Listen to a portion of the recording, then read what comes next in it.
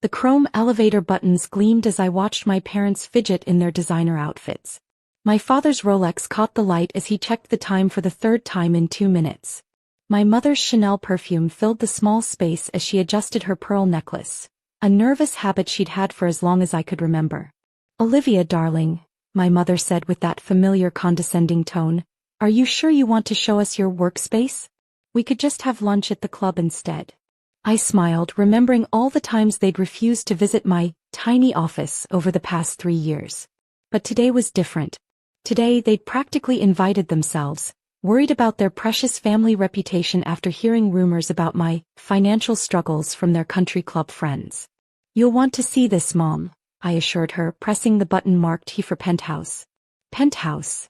My father scoffed. "I think you hit the wrong button, sweetheart. Your little tech company surely can't afford." The elevator smoothly ascended the Sterling Tower, one of the most prestigious buildings in the financial district. 3 years ago, when I left my father's investment firm to start my own tech company, they'd been horrified. "Madison and Sons has been our family legacy for generations," Dad had roared. The fact that I was a daughter, not a son, had never seemed to bother him until I wanted to run things my way. "Remember that startup I told you about?" I asked, watching the floor numbers climb. "The one you said would never work? That ridiculous AI investment platform?" Dad chuckled. "Don't tell me you're still throwing money at that pipe dream." Mom touched my arm. "Honey, there's still a position waiting for you at the firm. Junior VP, your father says. Much more suitable." The elevator chimed at floor 15, where a young executive entered. His eyes widened when he saw me. "Miss Sterling," he exclaimed. "I didn't expect to see you today. The board presentation was incredible yesterday." My parents froze. Mom's hand dropped from my arm. "Thanks, Mike.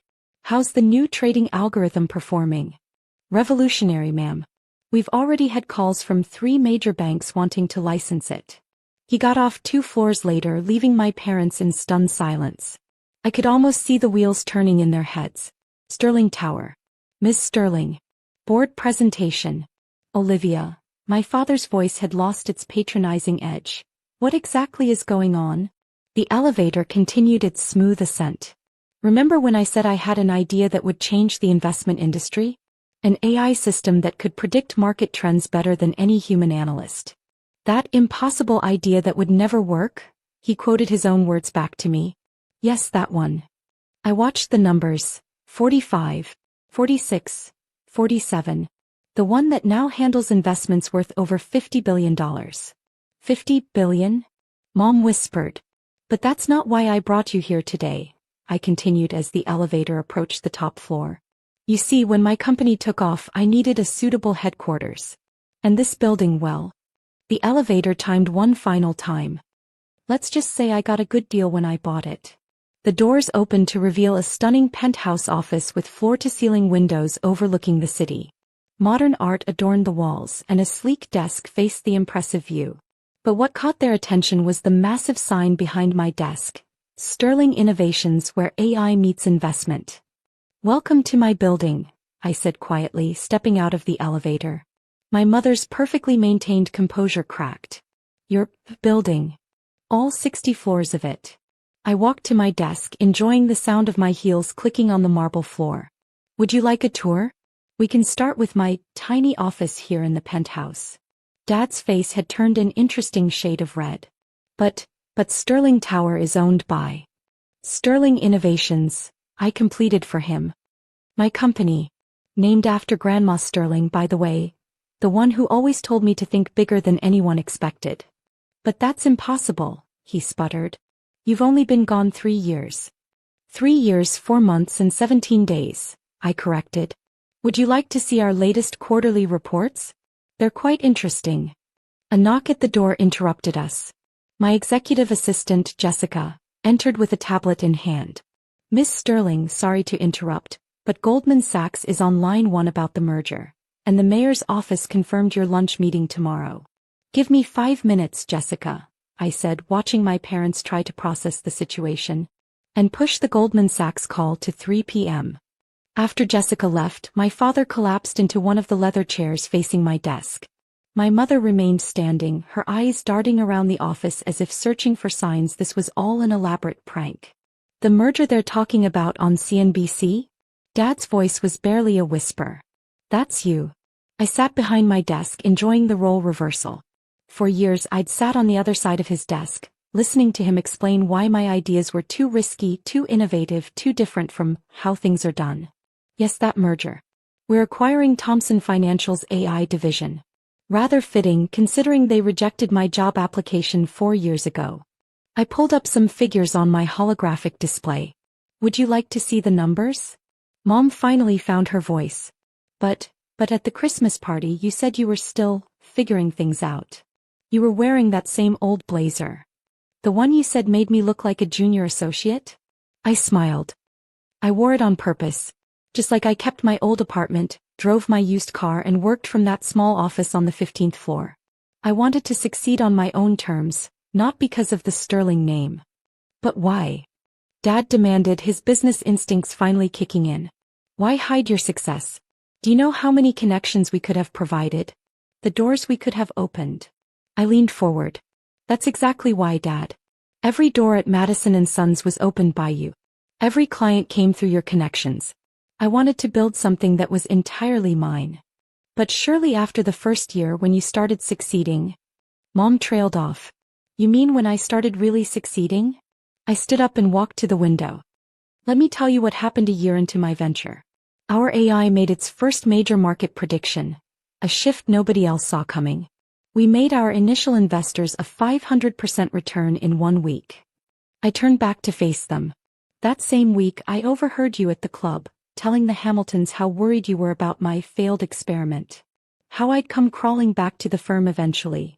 Dad had the grace to look embarrassed. We were concerned. No, I cut him off. You were embarrassed. Your daughter, the Harvard Business School graduate, was playing with computers instead of following the family path. So I decided to keep playing my role as your unsuccessful child while building something revolutionary.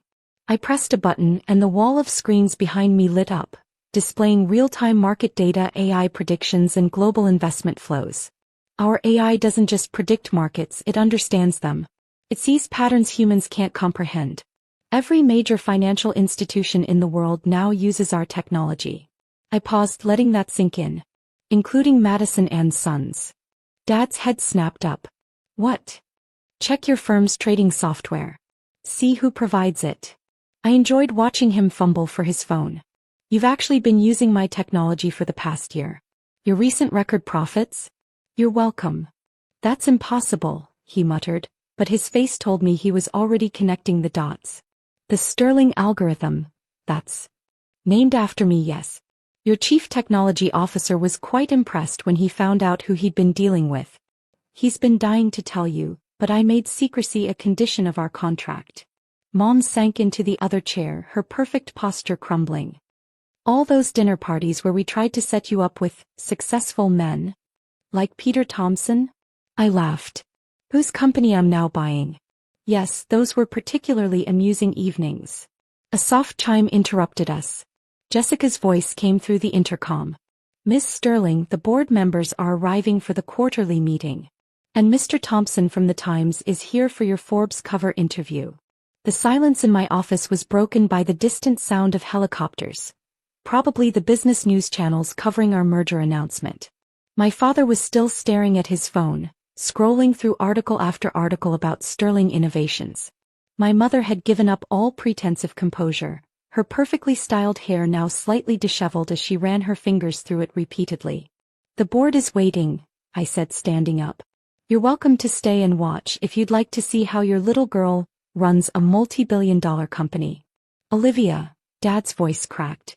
The market capitalization of your company, it's larger than Madison & Sons. 10 times larger actually, I corrected him. As of this morning's trading.